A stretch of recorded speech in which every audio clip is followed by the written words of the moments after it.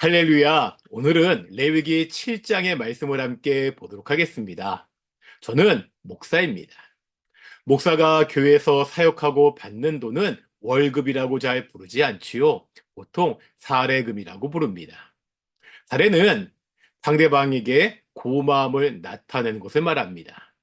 목사가 받는 돈은 단순히 일한 대가를 받는 것이 아니라 그 사역에 대한 고마움의 표시라는 의미입니다. 목사직을 특별히 생각하고 배려해주는 한국교회의 모습을 볼 수가 있습니다. 그렇다면 목사는 이런 사례금에 대해서 어떠한 태도와 마음을 가져야 되지요? 레위기 7장에도 6장같이 제사장에게 주는 제사의 규례를 설명하고 있습니다. 이 7장에는 그 중에서 속건제와 화목제의 규례를 설명하는데 이 중에 화목 제물에 대한 규례에서 한 가지 살펴볼 것이 있습니다. 34절에 보면 이렇게 말씀하고 있습니다. 내가 이스라엘 자손의 화목제물 중에서 그 흔든 가슴과 든 뒷다리를 가져다가 제사장 아론과 그의 자손에게 주었나니 이는 이스라엘 자손에게서 받을 영원한 소득이니라. 무슨 말씀이죠? 하나님께 드리는 화목 제물 가운데 그 제물의 흔든 가슴과 오른쪽 뒷다리는 바로 제사장의 소득이 된다고 말씀하고 있습니다.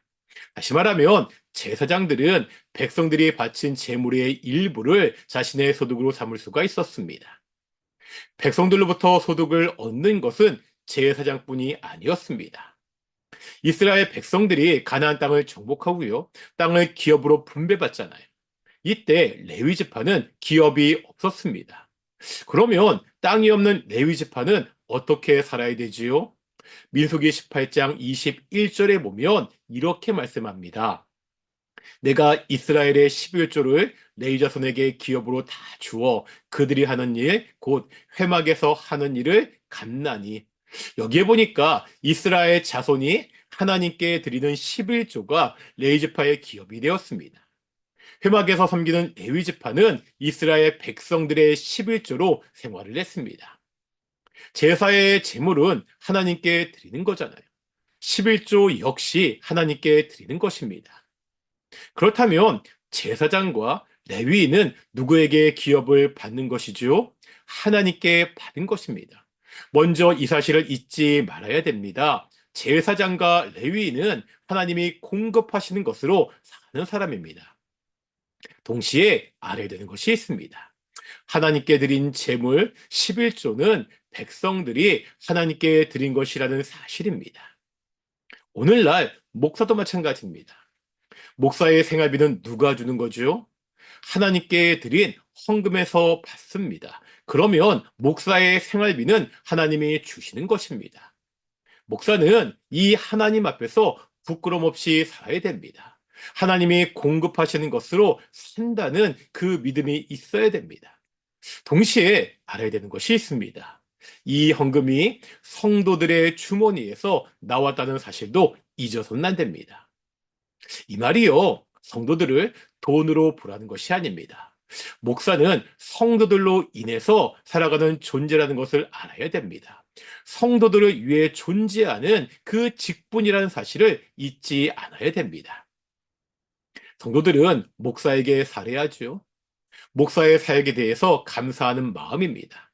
목사 역시 성도에게 감사해야 됩니다. 성도로 인해서 살아갈 수 있기 때문입니다. 생각해보면 교회 안에 모든 관계가 이렇습니다. 교회의 관계는 이익을 따져서 생기는 관계가 아닙니다. 어떠한 사역이건 어떠한 직분이든 서로에게 감사하는 마음으로 이루어진 관계입니다. 서로에 대한 감사가 넘칠 때 그 공동체가 온전하게 세워질 수 있습니다. 서로가 서로를 생각하고 감사함으로 그 마음으로 세워지는 교회가 되시기를 소망합니다. 기도하시겠습니다. 사랑과 은혜가 충만하신 아버지 하나님 감사드립니다. 사랑하는 교회가 서로가 서로에게 감사하는 마음으로 세워지는 교회가 되기를 소망합니다. 또한 목사가 성도들에게 감사하고 성도들이 목사에게 감사하는 그런 교회가 될 수 있도록 인도해 주시옵소서. 감사드립니다. 이 모든 말씀 예수님의 이름으로 기도드렸습니다. 아멘. 마치겠습니다. 샬롬.